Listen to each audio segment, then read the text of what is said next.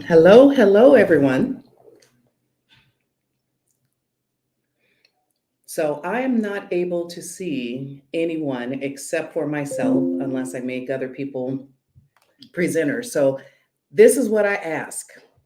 If you are there, if you are present, if you are interested in something I say, if something resonated with you, if you could please engage in the I am window, that would be sincerely appreciated. Otherwise, I have no clue if I'm hitting on the right track or not. So, first of all, let me just welcome you to so you're thinking about being a chief of staff. I sincerely appreciate everyone who's taken time out of their Friday to join me. So good morning, good afternoon, good evening. My name is Lee Felton, and I'm not going to go through my credentials since look me up on LinkedIn. I've been a chief of staff for a long time, and this is a role that is seriously seriously close to my heart. And so there's so much misunderstanding, miscommunication, misinformation about the chief of staff role that I decided to, first of all, write a book on the role. And that went really well and it resonated with lots and lots of folks. And so then decided, since I've gotten so many people who have contacted me, I mean, I do consulting and all of that. So, for people that want to have an executive coach for a chief of staff, I do that. But for um, everything else, I've had so many people reach out to me asking for advice, asking for bits of information on this or on that, that I just decided maybe I can just do this podcast or whatever this is called. I don't know if everything that you do and record on a show is called considered a podcast, but maybe I should just do this LinkedIn Live. And that way, for people who are just interested in getting tidbits of information, you'd be able to get that information and then decide, is it for you? Since I don't have the opportunity or the time to reach out, and have one-on-ones with everybody. So first of all, first and foremost, I see Amy's comment in the I am window. Can we please, if you are there, if you are listening, let me know that you're there. Let me know that you're listening. So I don't think that I'm just sitting here, in my home office talking to myself. So today we are going to talk about, and I should say, especially to my niece, Happy Cinco de Mayo. And one of the things that I wanted to discuss is actually Cinco de Mayo. A lot of people do not realize that Cinco de Mayo isn't actually the Mexico Independence Day, and so it's one of those things that, as a chief of staff, believe it or not, little things like, what does Cinco de Mayo actually stand for? And is it okay to do an event on Cinco de Mayo? Is it okay to have an all hands meeting on Cinco de Mayo? Believe it or not, things like that, the chief of staff actually needs to know. And so, looking at your rhythm of the business, looking at that full year, that quarter by quarter, that month by month, that week by week, that semi annual, and that annual, it's going to be very important that you know and understand, if you're in the US, okay, I'm not going to schedule my team meeting on Christmas morning. Okay, we know that. And so I'm not talking about things that are, that are just known. I'm talking about things that you may not know. In October, do you know what other holidays and traditions and other days that are important to people outside of the US? Do you know what days in September you shouldn't schedule all hands meetings or team meetings or offsites? When you're planning your rhythm of the business, you okay, let me caveat this, and I get ahead of myself all the time, and I'm okay with that. It's part of my charm.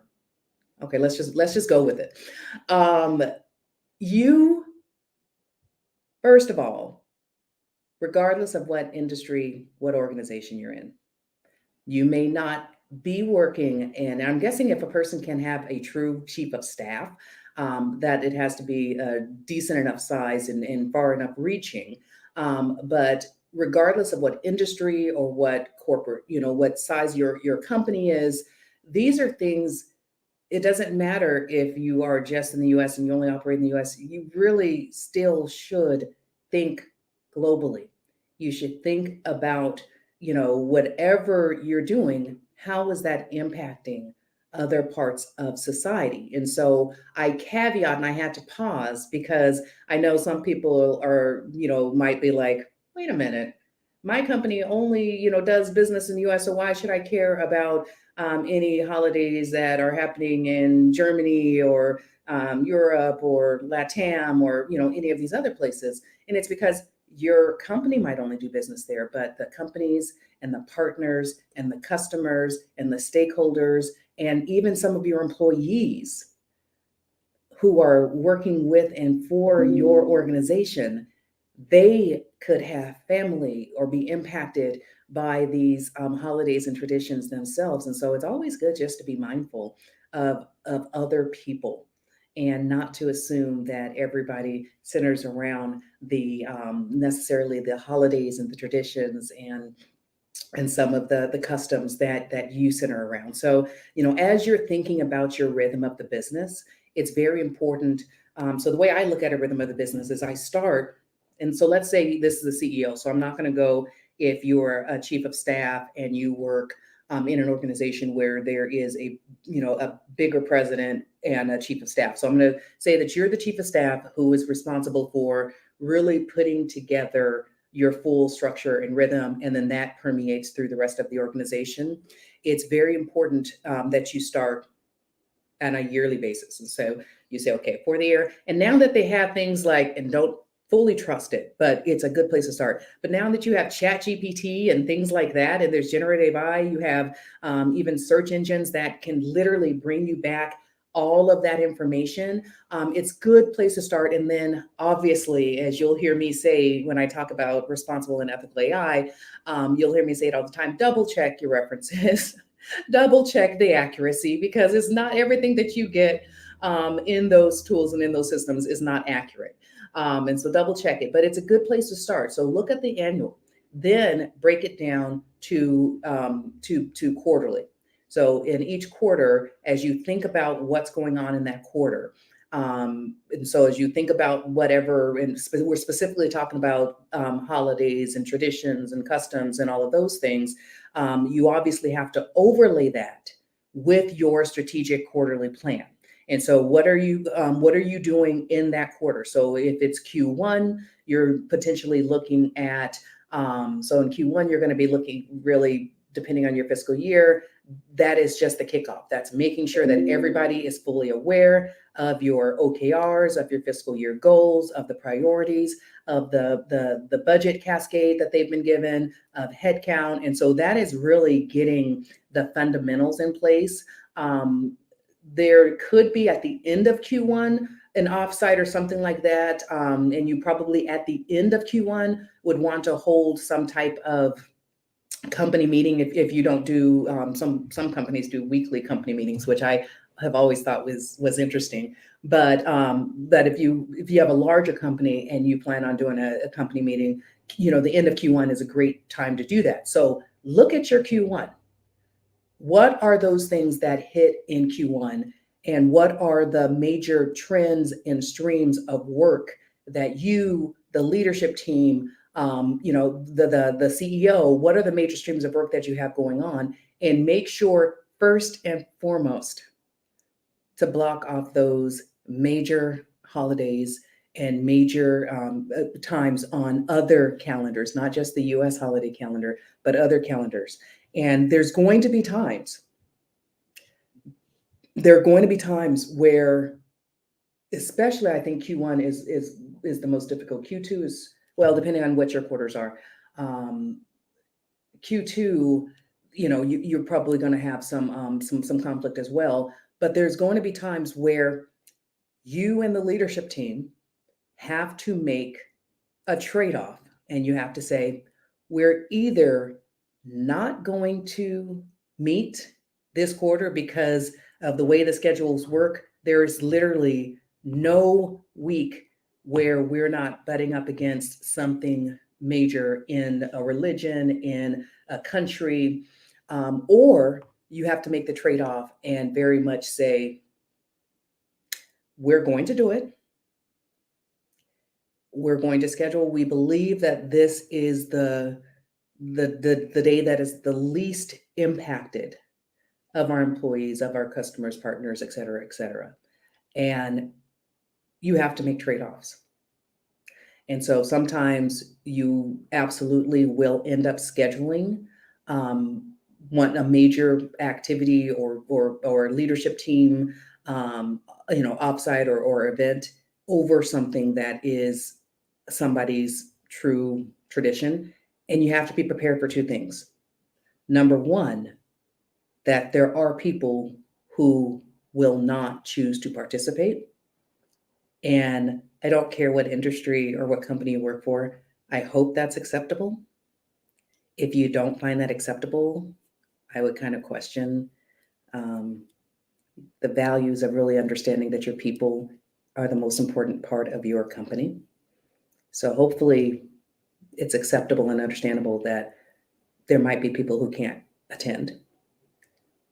Second, acknowledge during the event, before the event, after the event, acknowledge that you took this space and this time, over that space for this event. Just acknowledge it. And you will be amazed at how far that goes in just acknowledging that, okay, they didn't have a choice. Now, I don't know any company that's going to schedule something over Christmas because I'm not coming into the office on Christmas. But, there's many, many other lesser known holidays in some companies, and you just have to be cognizant of that. So we are, talking about the rhythm of the business, and I had broken it down into looking at a yearly. And so what is your yearly goals? And so if you think about your rhythm of the business, and first of all, let me not assume that everybody knows what the rhythm of the business is. So I would love to see in the IM window, how many people have actually created a rhythm of the business previously? How many people have no clue what I'm talking about when I say that you have to overlay your events and activities on top of your rhythm of the business or rhythm of operations? So can I see the audience? I want to make sure that I'm speaking appropriately to my audience. And do people know what I'm talking about when I reference the term rhythm of the business or rhythm of operations? So if I can have you comment on that, and while you're commenting on that, and I would love to see who has experience with one, one is a very, very abbreviated way of talking about a rhythm of the business. But just so you know, when I talk about a rhythm of the business or rhythm of operations, I'm not talking about a calendar. I'm not talking about a schedule. I'm not talking about a series of events. And I'm definitely not talking about calendar invites. I'm talking about a program. I'm talking about a program that looks at what is it that your organization needs to do to say, when we get to the last day of our fiscal year, the thing that we said we were going to accomplish the first day of our fiscal year, when we get to the last day of our fiscal year, we've accomplished it. And if we didn't accomplish it, it's not a surprise that we didn't accomplish it. So that is the purpose of the rhythm of the business. Really, the rhythm of operations really is to set the stage. And it's a big work back schedule. You know what a work back schedule is. So imagine your rhythm of the business as this big program with many, many, many, many, many facets and many, many, many, many different work streams and many, many, many, many different stakeholders and other things. So imagine that is this huge program that basically tells you on day one, what is it that we need to launch? And on day 365, we knew we were going to be successful because of all of the steps that we put together on the other 363 days. Okay, so that is your rhythm of the business. It literally is a very detailed program that lets every tier. So if you think about your leadership team, you think about your board of directors, and you think about your employees. So think about those as tiers. It enables your leadership team to be organized and to make sure that along that journey, that they know exactly what they're doing, exactly what they're responsible for, and exactly what they're responsible for feeding back into the system to reset expectations or to know that you're on track. Your board. Your board is your checks and balances. Your board is there to tell you and to redirect you. And so there might be things as you've gotten things organized with your leadership team that go through your board and it changes things through the quarter. So if you have quarterly board meetings, there could be things, it's not just a status update and say, hey, this is how great we are. And then you get to go on. It is to pause and to say, okay, this is what we assumed. This is what is going well. This is what is not going well. You are the experts. You are our advisors. You are key stakeholders. Help us make sure that we're on the right track. And that track might need to be changed. So then that goes back to the leadership team. And then you have your third tier, which is your employees. None of this can happen, no matter how brilliant or genius or how much that you think that you can get accomplished because you're great leaders. None of this can happen without your people. Remember, your people really are your greatest assets. Don't ever forget that. So then it goes back to the people to say, okay, this is what we're hearing. This is what we're saying. This is either the direction that we're continuing or the direction that we're changing and why we're changing it. I am a personal believer in transparent communications across the organization. And that's because every single individual in your company should feel like the work that they are doing, and I don't care who that individual is, the work that they're doing, it feeds into whatever it is that you've committed to deliver on day 365. And of course, throughout the year, because nobody can just deliver on one day in a full fiscal year. But you get what I'm saying, right? And so every single individual in your organization needs to feel like the thing that I do, this is how it contributes. And you do that through your rhythm of the business and through a cascade to each of the lines of business so people can know and be transparent to say, okay, this is where we're going. This is why we need to go in this direction, or this is why we need to redirect. We need to pull back. You know, we said on day one that we were going to triple. Yeah, people do this. We said on day one we were going to triple our income this year. And guess what? We can't triple our income this year. And so we just did it incorrectly. Our estimates, our analysis, all of that was not correct. And so we have to go back and we have to look at this again. Or, I always think about, if you're in a product company, I always think about Q2 really as the focus of your products. And so Q1 is the kickoff of getting everybody on board. Q2 is the focus of your products, your services, whatever it is you're offering, to make sure that the roadmap you've put in place, to make sure that you are heading in that direction. And then Q3, believe it or not, is about replanning for the next fiscal. So it's like, we know where we're going this fiscal. We have to actually start planning again for the next fiscal. It's a never ending journey. And that's one of the reasons I love the role of the chief of staff. So I am going to go to comments, and I hope that everybody has what I asked for at the beginning of the session. I asked for you to, include in there and to engage with me, what resonated, what didn't resonate. So I'm going to take a look at the comments and see if there are particular things that resonated with people. And this is also your opportunity. If you have questions, like I said, I'm not taking individual one-on-ones, and I get lots, and I sincerely appreciate everyone who's taken an opportunity in your time, and you've come to me through LinkedIn and you said, hey, Lee, I have this situation, or I'm thinking about being a chief of staff, or I'm thinking about this, or you know what, I'm a CEO and I'm hiring, or I don't have this role. I get a lot of those. I don't have this role, and I actually have heard a lot about it and think it would be helpful. As much as I would love to just offer my time, and this is going to sound horrible, I hope not. But as much as I would like to offer my time, time is not infinite. And I decided to go into coaching specifically on the chief of staff role and on authentic leadership and on responsible and ethical AI for a reason. And so I do want to make sure that people understand what it is. And so I am more than happy to, if you can't afford the coaching or you don't want to do the coaching, come to these sessions. I'm going to try to hold them every other week. If you want to know about the other things, listen to my session, my channel on YouTube at Lee Felton. But other than that, this is going to be where you're going to get all of the free advice. If you don't mind paying for the advice, feel free to sign up for my coaching session at chiefofstaffleadercircle.com or cosleadercircle.com. So I'm going to go to the chat window. If you have questions, this is the time to make it happen. This is the time to make it happen. Otherwise, don't ping me afterwards on LinkedIn and say, hey, Lee, okay, ping me afterwards on LinkedIn. I actually love getting your notes and I say thank you, but I can't, actually meet half an hour with 500 people.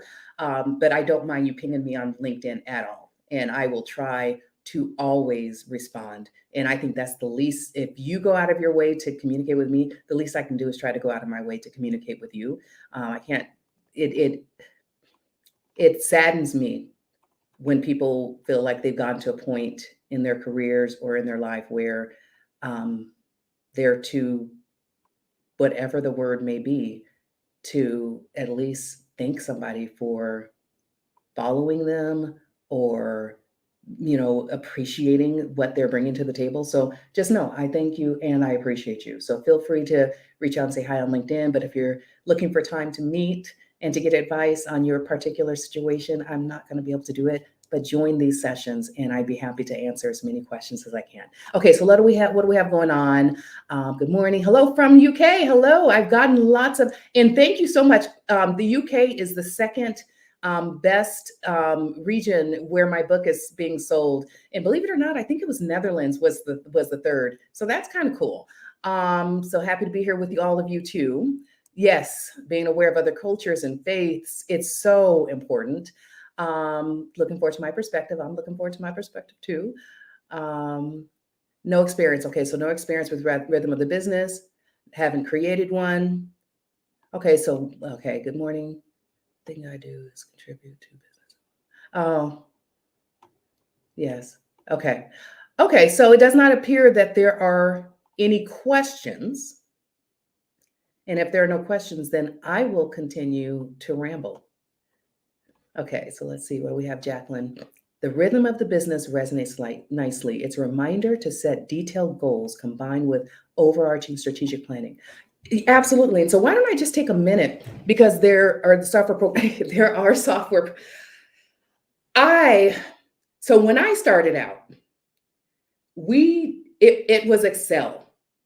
It was Excel. And so, I'm a little guilty. I'm still old school. So I don't personally use the software programs for the rhythm of the business. But there are software programs that will help with the rhythm of the business. And I'm not going to go into individual ones. I'm not sponsored, but I'm not going to go into individual ones. But yes, research the software programs. There are software programs. There's software programs for just about every role in an organization these days. It just amazes me. It truly amazes me. And because, like I said, when I started, oh my gosh, I'll never forget. And I'm not naming names. I'm not identifying the guilty. But when I started, there was one group everyone hated that individual president's rhythm of the business, because it literally was this massive Excel spreadsheet with 365 days, like literally for every 365 day, it had every 30-minute increment of the day. So imagine 365 days, half an hour increments, and let's just say we're talking in work hours, but half an hour increments. And so it's literally accounting what is our leadership team or our sales team or our operations team responsible for delivering And how are we going to keep ourselves on track 365 days, every hour of the day? There is no way on heck that I would ever want to be responsible for creating. Now, there are people that operate well that way. And hey, if I had a business manager that wanted to run one of those behind the scenes, it would not, it would mess with my neurodiversity. So I couldn't look at it. But there are different ways of doing it. And so for some people, that actually would be a brilliant approach, not for me. And so I do a Rhythm of the Business program, and it consists of many different facets and many. So I have a main walking deck and a charter of what everybody can be, first starting with the leadership team. Okay, so for the leadership team, what is it that you can expect for the year, for the quarter, for the month, for the week? What is that typical? And you can only go off of a typical because life happens. We just talked about faiths and holidays and different nationality customs and traditions, and so there's things that's going to happen. You can have a 1 2 3 4 scheduled week and say, okay, as a leadership team we meet weekly, or we meet bi-weekly, or we even meet monthly. And during those leadership team meetings, we know in month 1, month 3, month 5, we know that we are preparing for a board of directors meeting. So that you might need additional time in that meeting to specifically go over the agenda, or to specifically go over open items or gaps. And so if you think about the beauty, and I actually think a Rhythm of the Business, a Rhythm of Operations, I just find them beautiful in terms of helping to, in a very organized fashion, helping you run a business. That's the whole purpose of one. You have this program that helps you run the business. And if you're a chief of staff that can get to the point of getting that Rhythm of Operations in place and having it run, and having those, especially if you have a team, I feel sorry for chiefs of staff that don't get headcount. I'm very, very sorry about that. But once you have a situation where you can make that run, and you have to be ready, because there's always going to be fires, there's always going to be things that change. But once you get into a situation where that's running, that's where, if you've ever heard me talking about the fact that the chief of staff role can come from so many different functions, and each chief of staff has their own area of expertise, that's where you get to oversee that business operations, but then you really get to run your own line of business, because that is running, you're jumping in and you're making sure that the fires are being dealt with, that it's being, that anything that needs to happen and change, that you can make that happen. But you also have the bandwidth to take on your functional area of expertise and to help drive that. And so I love it when you get to the point where you can set up a well-run Rhythm of the Business. And I'm going to throw my services out there. If you need help, I do consulting, and so I can definitely help you get that set up and run. But when you are able to get a well-functioning Rhythm of the Business established, and your leadership team is on board, your board is on board, and your employees know what to expect, believe it or not, it just helps with your overall culture, the culture of transparency, the culture of authenticity. And it kind of makes you seem, as a leadership team, that you know what you're doing.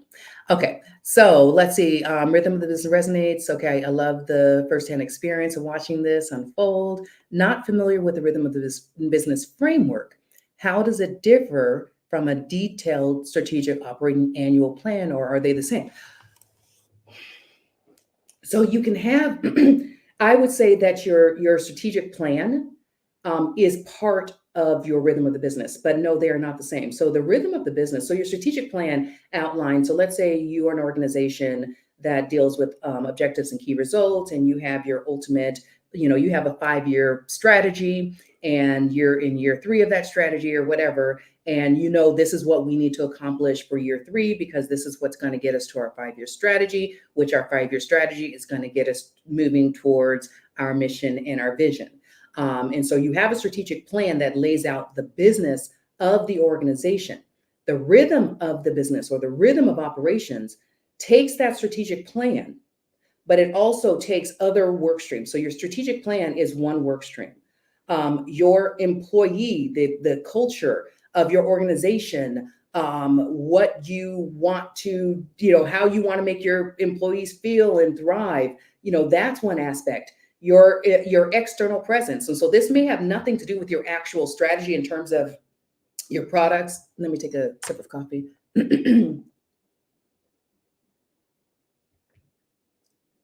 Your products, your deliverables, all of that with your strategic plan gets rolled out, but there's so many other elements of actually running a business, fully, that your rhythm of the operations or rhythm of the business takes into account. So if you think about, not just for the leadership team, for your offsites, there's things, your people reviews.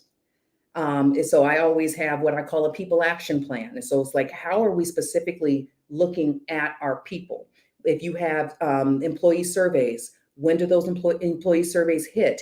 What is the analysis? When does the analysis take place? When do the results get communicated back to the employees? And when does each person in your leadership team have to have their own plan in place for how they're dealing with what needs to happen in their organization? So there's many, many elements of a rhythm of the business. And so the strategic plan is the primary element in a lot of how you operate for the quarter or for the month or for the week. A lot of how you operate directly goes to the strategic plan, but the strategic plan is just one element. Thank you so much. Does your book cover how to set up a good rhythm of the business? No, my big book does not cover how to set up a good rhythm of the business. The book covers what to expect if you want to hire, want to recruit for a chief of staff. It covers the things, the non-negotiables in terms of being a chief of staff, things that you should absolutely, if you are a seasoned executive and you want a seat at the table, it covers what are those non-negotiables that you should demand going into this role. It covers from a CEO perspective, what are the things that you should expect? You're paying this person an executive salary. What are the things that you should expect this role to contribute to your business? And then it just overall sets, I hope in a fun way, it overall sets a tone of let's be clear, crystal clear about the chief of staff role. I cannot tell you how many people have come to me and asked, well, isn't a chief of staff an executive assistant? In fact, I'm not naming names, but I had a post on LinkedIn yesterday that says executive assistant / chief of staff. There's no such thing. And I let it go and I said, is this an executive assistant position or is it a chief of staff? And unfortunately, too many people want to use the chief of staff role as a way of recognizing and rewarding their executive assistant. I say the executive assistant role is the most, next to the CEO, is the most important role in the organization. And so let's recognize those amazing EAs and let's pay them accordingly. And let's recognize their seniority without having to put them into somebody else's role or function. So anyway, we are out of time. Thank you so much for tuning in. I hope, as always, I hope you have found this informative, educational. I hope you got some kind of nuggets out of the talk. And if I can please ask, if you have gotten a copy of the book, for some reason the book is sold really well, but people aren't leaving reviews. Now, if you want to leave a bad review, that's your prerogative. I can't tell you what review to leave, but I do want to ask that you please leave a review so I can, hear from you. I'm thinking about, like somebody asked about the rhythm of the business. So I'm thinking about doing another one specifically focused on how to set up a rhythm of the business. And so I need I would love to hear that you love this book and you would love to see a series in them. So if you haven't gotten the book, it's called Unlocking Your Inner Chief of Staff by Lee Felton. Please get a copy. And if you have gotten a copy of the book, please do leave a review. I would sincerely appreciate it. Until next time, like I said, I'll try to host these every 2 weeks, but until next time, take care and I'll see you. Bye.